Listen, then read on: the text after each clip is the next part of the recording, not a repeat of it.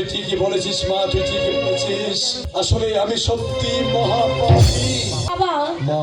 সারা জীবন আভিজাত্যের মোহে, ধন দৌলত আর ঐশ্বর্যের মোহে তুমি রইলে, একবারও কি তুমি ওই শ্রীহরির কথা ভেবেছো? না, আমি একবারও ওই শ্রী গোবিন্দের কথা আমি স্মরণ করতে পারিনি বাবা। যেদিন খালি হাতে তুমি এই সুন্দর পৃথিবীতে এসেছিলে, সেই দিন হরিকে তুমি কি কথা দিয়ে এসেছিলে? তার কিছুই করেছো কিন্তু তুমি পালো? জানি না। আমি যখন খালি হাতে এসেছিলাম, আমি যখন হরিকে কথা দিয়েছিলাম, তার কিছুই তো আমি পালন করতে পারিনি না। আমি কিছুই পালন করছি বাবা। আভিজাত্যের অহংকারে, আমিত্বের গহ্বরে হাবুডুবু কেটে কেটে তোমার জীবন বেলা যে অস্ত চলে বাবা। এখনো সময় আছে বাবা। লোভ, লালসা, অর্থ, সম্পদ সব কিছু অনিত্য জেনে ওই তারই সাধনায় তুমি এগিয়ে চলো বাবা। দেখবে হরির নামে তুমি যাত্রা করতে পারো বাবা। হ্যাঁ বাবা। জীবনের প্রথম জোয়ারে পানি না ধরলে জীবনে যে ওজার বেঁধে যায় বাবা। বলিস না, বলিস না। ওরে তোমাকে বাবা আর আমাকে বাবা। আজ আমি বেশ বুঝতে পারছি, শুধু ধন সম্মান অর্থ প্রতিপত্তি শুধু নিজের জন্যে কোনদিন তাকে একবার ডাকবার মতো সুযোগ আমি পাইনি। কোনদিন আমি ভাবিনি এই অনিত্য সংসার অসার, এই সুন্দর পৃথিবী ছেড়ে আমাকে যে একদিন চলেই যেতে হবে। ধন দৌলত ঐশ্বর্য কিছুই সঙ্গে যাবে না। বাবা তুমি সেই বুঝলে, কিন্তু বড় দেরিতে বুঝলে বাবা। এখনো সময় আছে বাবা, এখনো সময় আছে। মনের সমস্ত কামনা বাসনাকে বিসর্জন দিয়ে আভিজাত্যের বেড়াজাল ছিন্ন করে হরিনামের তরিবে তাকে তুমি খোঁজার চেষ্টা করো বাবা। দেখবে নিশ্চয়ই তুমি একদিন সেই হরির দর্শন পাবে বাবা। আমি ওই হরির দর্শন কি পাবো মা? ডাকার মতো ডাকলে হরি যে আমার দেখা না দিয়ে থাকতে পারে না বাবা। হরি যে আমার ভক্তের কাঙাল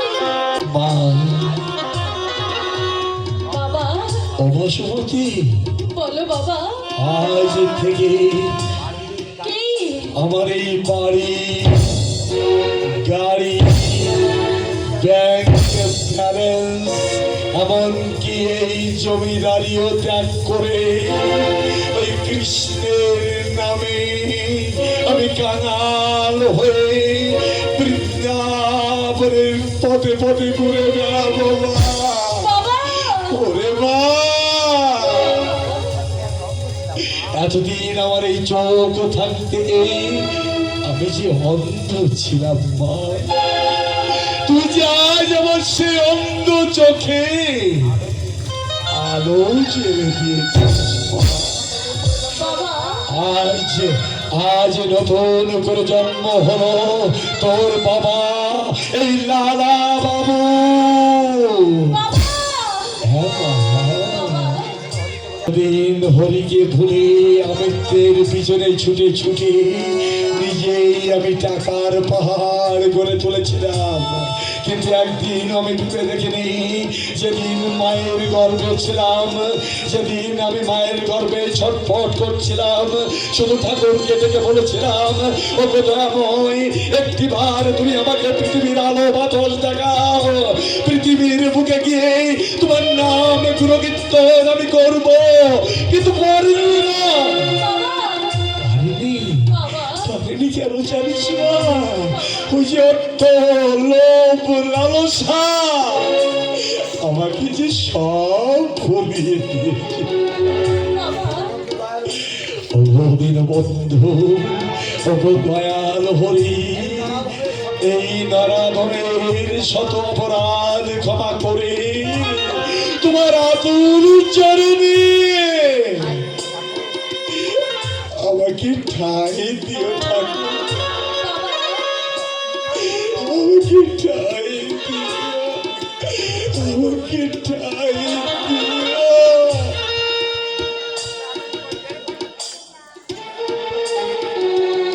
কাঁদিস না, কাঁদিস না মা, কাঁদিস না।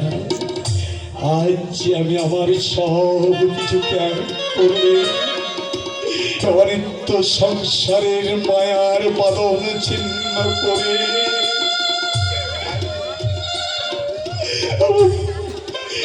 আমি ওই প্রাণ গোবিন্দের রাতুল চরণ পাওয়ার জন্যে আজ আমি বৃন্দাবনের পথে পথে চলবো। তুই তোর অপভাগ্য বাবাকে ক্ষমা করে দিস মা,